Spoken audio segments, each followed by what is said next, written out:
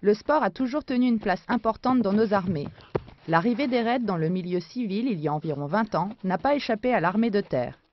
Depuis une dizaine d'années, des femmes et des hommes pratiquent cette activité multidisciplinaire à haute exigence physique. Qu'est-ce que c'est qu'un raid?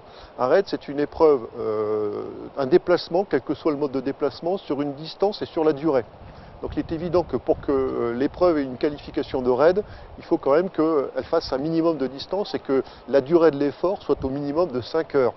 Ce que l'on retrouve dans la pratique du raid est exactement ce que recherche dans l'esprit le militaire. Le dépassement de soi, l'effort physique sur la durée, la gestion de l'effort physique sur la durée, la capacité à rester lucide dans l'effort et sur la durée également. On retrouve également l'esprit d'équipe. Lucidité, esprit d'équipe, c'est bien ce dont il fallait pour cette seconde édition 2012 du championnat national terre de raid. Le premier régiment d'hélicoptères de combat de Phalsbourg a tracé le parcours en utilisant au maximum le terrain que lui offrent les Vosges du Nord.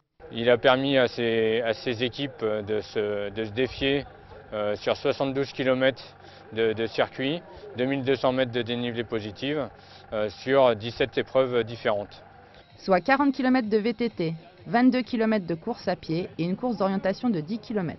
Le prologue de la veille était encore dans les jambes des 33 équipes composées de 3 concurrents venus de différentes formations de l'armée de terre.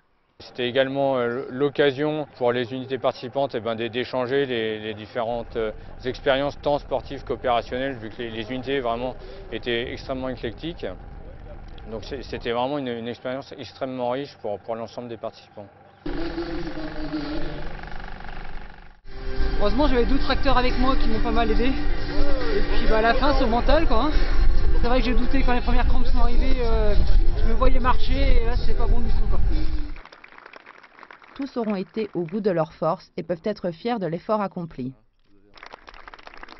Certaines équipes seront présentes au mois de juin pour le championnat interarmes à Rochefort.